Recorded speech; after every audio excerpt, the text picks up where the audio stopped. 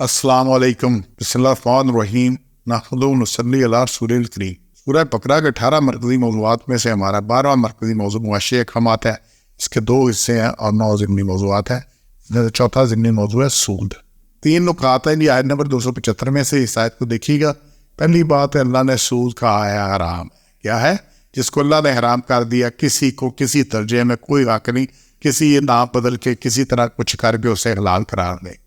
دوسرا، اللہ نے خود ہی بات کی ہے، سود کو بیکار دلیلوں اور طریقوں سے حلال مت کرو۔ اور تیسرا ہے، بعض آ جانے والوں کے لیے چھوٹ ہے کہ جو پیچھے ماضی میں ہو گیا سو گیا، اللہ انشاءاللہ معاف کرے گا، لیکن جو آگے بعض آ جائے، 3 باتیں اس میں آئی ہے۔ اس آیت کو دیکھیے گا، اللہ نے کہا ہے کہ 275 میں جو لوگ کھاتے ہیں سود، وہ قیامت کو اٹھیں گے اس طرح جیسے انہیں کوئی شیطان ان سے لپٹ گیا ہو، جیسے آواز ان کے کھوئے ہوں گے، جیسے شیطان لپٹ گیا ہو گیا۔ یہ اس واسطے تھی، انہیں کہا کہ جو تجارت ہے وہ بھی تو سود ہے نا، اس میں بھی تو فائدہ ہوتا ہے نا۔ اللہ نے حلال کیا سود کو، حلال کیا تجارت کو، حرام کیا سود کو۔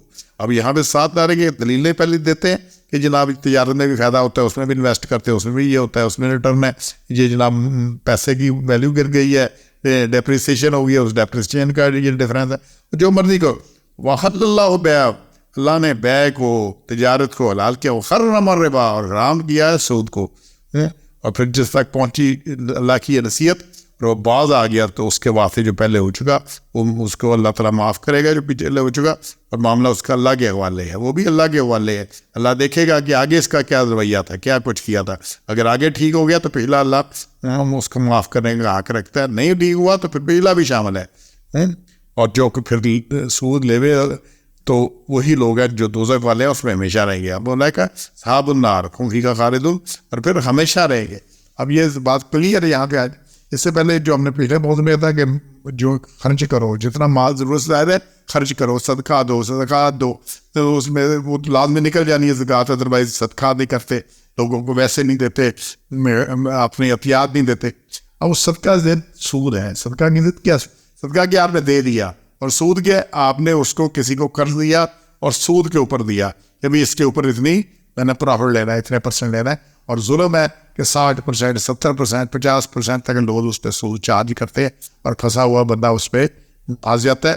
اور یہ کئی پرانے پریم چند کو پڑھ لیں، اوروں کو پڑھ لیں کہ جب 2-1.5 کلو چاول کے بعد کئی زمین دینی پڑ گئی اور کیا کچھ کرنا پڑ گیا۔ یہ پورا یہ 2 کا نظام ہی اس پہ بنیا چلتا ہی سود پر ہے۔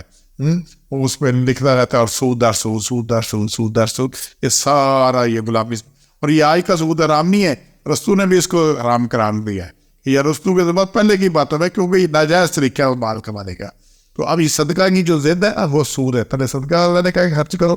اب صدقات و خیرات سے جہاں آپس میں ہمدردی، مروت، اخوت، فیاضی پیدا ہوتی ہے اور طبقاتی تقسیم کم ہوتی ہے، اس کے برعکس سود شکافت قلبی، خود غرضی، نفرت، بے مروتی اور بخل جیسے اخلاق رذیلہ کی پرورش پاتے ہیں اس سے۔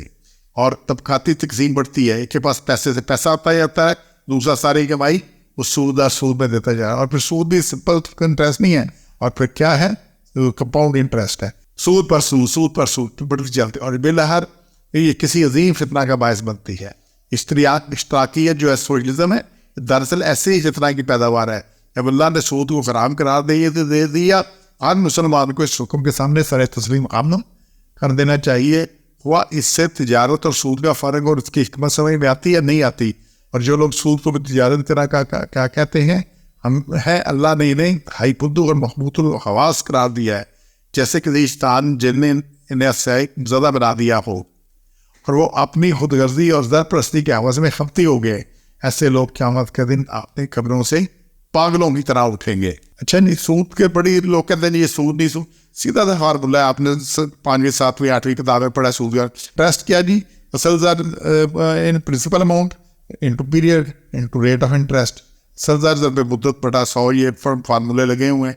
تو جو اس فارمولے پہ بیٹھتا ہے کہ ایک مدت کے ساتھ ابھی گاڑیوں کے جناب بینک کا دیکھ لیں، کسی بینک کو دیکھ لیں، اسلامی جی بینک آ رہی ہے، سارا کچھ ہے، وہ پوچھتا ہے آپ سے کہ جی آپ نے کتنے کی گاڑی لینی ہے، آپ نے انویسٹمنٹ کتنا کرنا ہے، ہم سے کتنا لینا ہے، بینک سے کتنے سے واپس کرنا ہے، اسی وقت آپ کو قسط بتا دیتا ہے۔ وہ قسط کیسے نکل آتی ہے؟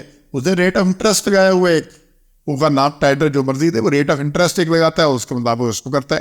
تو جہاں پہ ایک مدت کے ساتھ متعین ہو کے مدت کے ساتھ اس نے بڑھنا ہے، وہ سیدھا یہ انٹرسٹ کا فارمولہ 7ویں 8ویں کتاب میں لکھا ہے، اور 7ویں 8ویں کتاب اسلامیات کی نہیں کہہ رہا، میں میتھ کی کہہ رہا ہوں، میتھ کتاب ہے، اور گوگل پہ دیکھ لیں ان سمپل انٹرسٹ کا فارمولہ کیا ہے، کمپاؤنڈ انٹرسٹ کا فارمولہ کیا، سود مرکب اور سود مفرد کا، اور اس کے مطابق جو اس پہ بیٹھتا ہے جہاں پہ یہ پیسے سے بڑھتا ہے وہ سود ہے، اور انشاءاللہ سود کی ہر حالت سے بچتا ہے۔ جابر رضی اللہ تعالیٰ سے روایت ہے کہ نبی اکرم صلی اللہ علیہ وسلم نے فرمایا سود لینے والے، دینے والے، تحریک کرنے والے گاؤں سب پر لعنت کی اللہ نے، اور سب گناہ میں برابر کے شریک ہے، تو انشاءاللہ بچنا ہے۔ سبحان ربک رب العزۃ عما یصفون، والسلام علی المرسلین، الحمد للہ رب العالمین۔